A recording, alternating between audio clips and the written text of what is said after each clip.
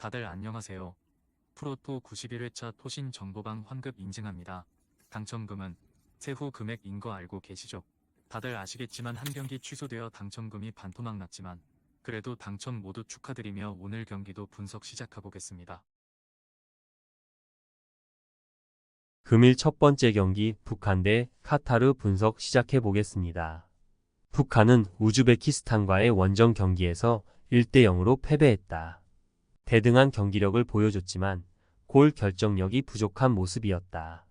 한광성의 저돌적인 움직임을 중심으로 공격을 시도하겠지만 김국진, 백청송, 릴송의 지원이 부족해 유기적인 공격 전개는 어려울 것이다. 수비 라인에서는 장국철과 김유송의 호흡이 나쁘지 않으나 경기 내내 집중력을 유지하지 못하는 문제로 수비 안정성이 떨어질 것으로 보인다. 카타르는 아랍과의 홈 경기에서 1대 3으로 패배했다. 선제골을 기록했으나 상대에게 흐름을 내주며 역전당했다. 이번 경기에서는 아피프와 알리의 콤비네이션을 중심으로 공격을 전개할 계획이다. 모함마드의 드리블 능력과 미겔의 공격 가담을 통해 수적 우위를 확보하여 유기적인 공격을 기대할 수 있다. 수비에서는 멘데스, 살만, 미겔로 구성된 백스리가 북한의 엉성한 공격 전개를 파시와 가베르의 지원으로 충분히 막아낼 수 있을 것이다. 객관적인 전력면에서 많은 차이를 보이고 있는 매치업이다. 카타르는 공격 전개 시 측면에 위치한 에이스 알리하고 윙백 모하메드 와드가 측면 터치 라인을 따라서 콤팩트한 원투 패스를 주고 받으며 상대 페널티 박스 측면 하프 스페이스 공간을 침투해 들어가는 공격 루트가 굉장히 위협적이다. 마침 북한의 수비 조직은 이러한 하프 스페이스 침투 패턴에 약한 면모를 보여왔기 때문에 카타르의 측면 공격 루트를 제대로 통제하지 못하면서 그래도 와르르 무너질 가능성이 높은 매치업이라 판단된다. 금일 두 번째 경기 인도네시아 대 호주 분석 시작해 보겠습니다. 인도네시아는 최근 사우디아라비아 원정 경기에서 1대1 무승부를 기록하며 날카로운 역습을 보여주었습니다. 이번 경기에서도 술라에만, 오라트망고엔, 스트루이크를 중심으로 빠른 속공을 시도할 것입니다. 이들은 호흡이 좋지만 기본기에서 약간 밀리는 모습이 있어 대량 득점은 어려울 것으로 예상됩니다. 수비 라인은 파에스, 월시, 이지스, 베르동크, 네이선으로 구성되며 아시아 최상위권 수준의 선수들로 호주의 단순한 공격 전개를 충분히 막아낼 수 있을 것으로 보입니다. 호주는 바레인과의 홈 경기에서 0대1로 패하며 충격적인 결과를 맞았습니다. 주포 옌기의 퇴장으로 인해 듀크가 출전하게 되었고 공격 루트가 제한적입니다. 구신과 마빌의 개인 능력에 의존한 공격 전개가 이루어질 가능성이 큽니다. 하지만 롤스와 수타로 이루어진 수비 라인은 견고하며 시르카티가 우측 풀백으로 인도네시아의 역습에 대비할 수 있을 것입니다. 호주는 경기를 주도할 가능성이 높지만 공격 전개가 단조롭고 인도네시아의 수비가 강력하기 때문에 유기적인 공격이 어려울 것입니다. 금일 세 번째 경기 중국 대 사우디아라비아 분석 시작해 보겠습니다. 중국은 일본과의 원정 경기에서 7대 0으로 대패하며 압도적인 패배를 경험했다. 경기 내내 상대에게 압도당했으며 단 한 개의 슈팅만을 기록하며 공격 전개에서 전혀 힘을 발휘하지 못했다. 이번 경기에서도 페르난두와 알랑을 중심으로 한 속공을 시도하겠지만 삼선 자원리 유한이와 지앙이 사우디아라비아의 강한 압박에 효과적으로 대처할 수 있을지 의문이다. 수비 라인 역시 브라우닝의 가세에도 불구하고 조직력에서 문제를 드러내며 사우디아라비아의 측면 공격에 고전할 가능성이 크다. 사우디아라비아는 최근 인도네시아와의 홈 경기에서 1대1 무승부를 기록하며 상대의 밀집 수비에 어려움을 겪었다. 이번 경기에서는 알 도사리와 알 브라이칸을 중심으로 지공을 전개할 것이며 알 주아이르의 전진 패스와 압두라미드의 크로스를 통해 중국의 불안한 수비를 공략할 계획이다. 수비에서는 알 부야이, 라자미, 탐바크티로 구성된 백스리 라인이 안정적으로 경기를 운영할 것으로 보이며 카노의 수비 가담으로 더욱 견고한 모습을 보일 것이다. 사우디아라비아가 경기를 주도하며 중국을 압도할 것으로 보인다. 중국은 공격과 수비 모두에서 불안한 모습을 보이며 사우디아라비아의 조직력과 체급 차이에 밀릴 가능성이 크다. 금일 네 번째 경기 오만 대 대한민국 분석 시작해 보겠습니다.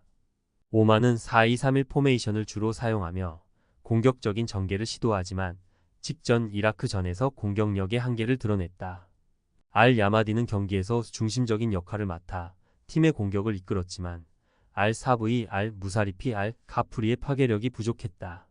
수비는 알 카미시와 알 무살라미가 나름 견고한 조직력을 보여주었으며 이번 경기에서도 탄탄한 수비를 바탕으로 경기를 풀어가려 할 것이다.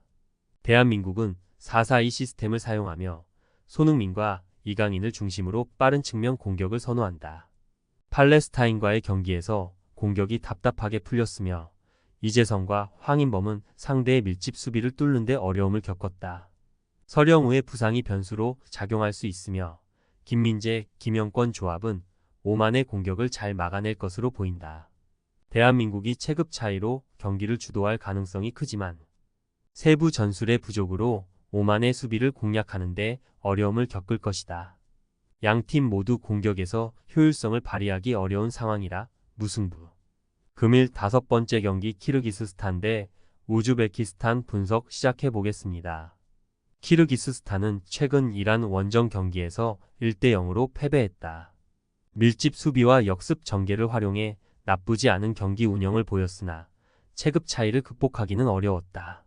이번 경기에서도 코조, 알리쿨로프를 중심으로 한 속공 전개가 예상되며 슈크로프의 전진 패스가 핵심 역할을 할 것이다. 하지만 중원에서의 지원이 부족해 역습의 완성도는 떨어질 수 있다. 그나마 수비진 브라우즈만, 쿠바베프, 키친의 호흡이 견고해 대량 실점 가능성은 낮다.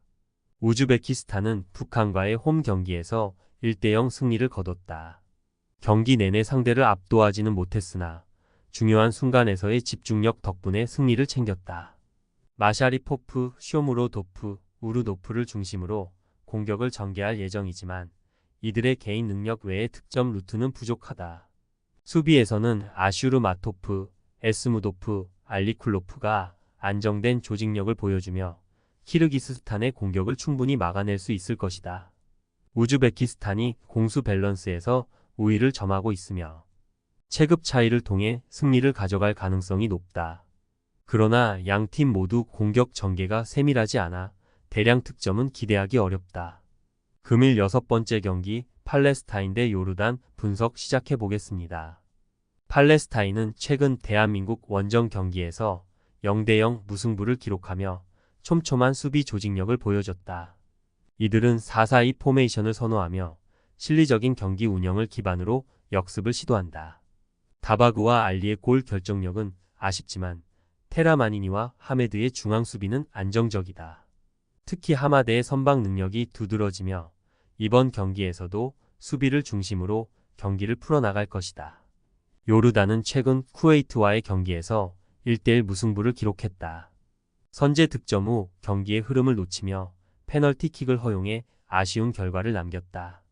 알타마리의 부상은 큰 타격이며 공격 전개에서 마무리 부족이 드러날 가능성이 크다.